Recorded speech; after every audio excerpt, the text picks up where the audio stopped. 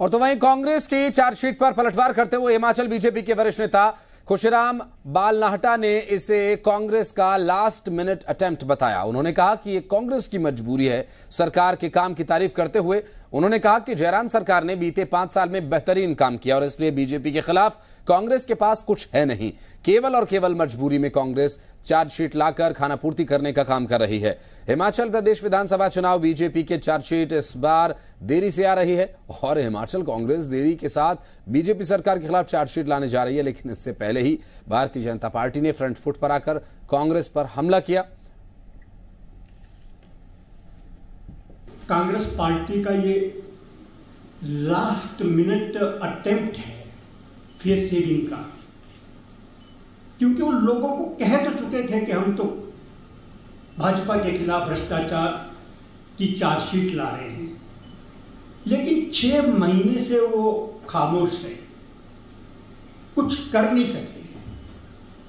अब जब लोगों ने पूछना शुरू कर दिया कि वो चार्जशीट कहां गई, चार्जशीट के मुद्दे क्या है, तो ये लास्ट मिनट में अनाउंस करना, ये last minute face saving attempt है कांग्रेस पार्टी का, अपने आप को लोगों की दृष्टि में बचाव की मुद्रा में है आज कांग्रेस पार्टी पूरी तरह से। और अंकुश डोभाल हमारे सहयोगी इस वक्त फोनलाइन पर है हमारे साथ। अंकुश, चार्जशीट कांग्रेस ला रही है तो बीजेपी ने उस पर पलटवार भी किया है। बालनाहटा कह रहे हैं कि ये तो कांग्रेस की मजबूरी है, अब उनके पास कुछ है नहीं फेस सेविंग के लिए।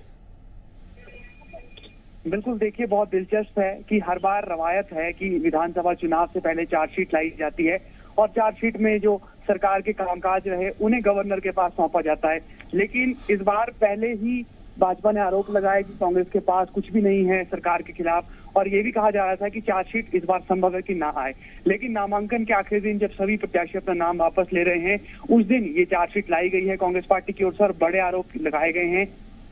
एक खास बात यह है कि इनमें से कोई भी नया आरोप नहीं है, ये सभी आरोप पहले भी कांग्रेस पार्टी भाजपा पर लगाती आई है। कहा गया जो भर्तियां हुई, चाहे पुलिस भर्ती मामला हो या फिर पटवारी की भर्ती हो या फिर अलग अलग विभागों में जो ड्राइवर्स की भर्ती की गई या फिर अन्य पदों पर भर्ती की गई, उनकी जांच की जाएगी।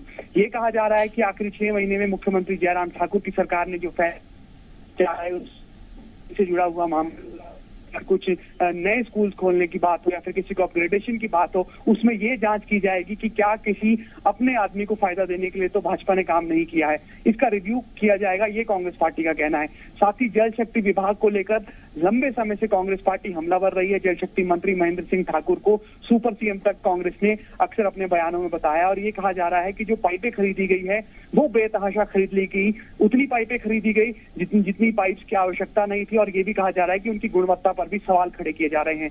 रैलियों को लेकर बड़े आरोप लगाए हैं। मुकेश अग्निहोत्री ने कहा कि 500 करोड़ रुपए खर्च किए गए। प्रधानमंत्री नरेंद्र मोदी की रैली, मुख्यमंत्री जयराम ठाकुर की 75 रैलियां अलग अलग विधानसभाओं में, या फिर जो केंद्रीय मंत्री लगातार हिमाचल प्रदेश आते रहे, उस पर 500 करोड़ रुपए खर्च किए गए और ये कहा जा रहा है कि इसकी जांच की जाएगी और अगर गलत पाया जाता है जो आरोप लगाए जा रहे हैं तो ये सारा का सारा बिल भारतीय जनता पार्टी को भेजा जाएगा।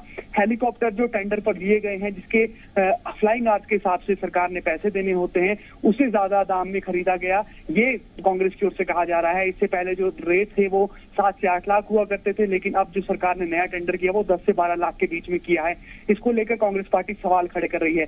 लेकिन दिलचस्प बात यह है कि भारतीय जनता पार्टी ने चार्जशीट आने से पहले ही उस पर पलटवार कर दिया था, यानी कि फ्रंट फुट पर भाजपा आ गई थी और ये कहा था कि कांग्रेस के पास अब कुछ भी नहीं है, लास्ट मिनट अटेम्प्ट कर रही है, केवल रवायत निभाने का काम किया जा रहा है कांग्रेस पार्टी की तरफ से। कांग्रेस पार्टी को भाजपा बैकफुट पर धकेलने की कोशिश कर रही है, फ्रंट फुट पर आने की कोशिश कर रही है, लेकिन कांग्रेस का ये दावा है कि हर हाल में वो जब सत्ता में आएंगे तो इस पर कार्रवाई की जाएगी और किसी को बख्शा नहीं जाएगा। और साथ ही साथ ये कहा जा रहा है कि जेल की सलाखों के पीछे आरोपियों को डाला जाएगा। दिलचस्प इतिहास है हिमाचल प्रदेश के। अगर हम विधानसभा चुनाव की बात करें तो जब भी विधानसभा चुनाव आते हैं, इस तरह की चार्जशीट जो है वो विपक्षी दल सत्ता पक्ष के खिलाफ लाता है।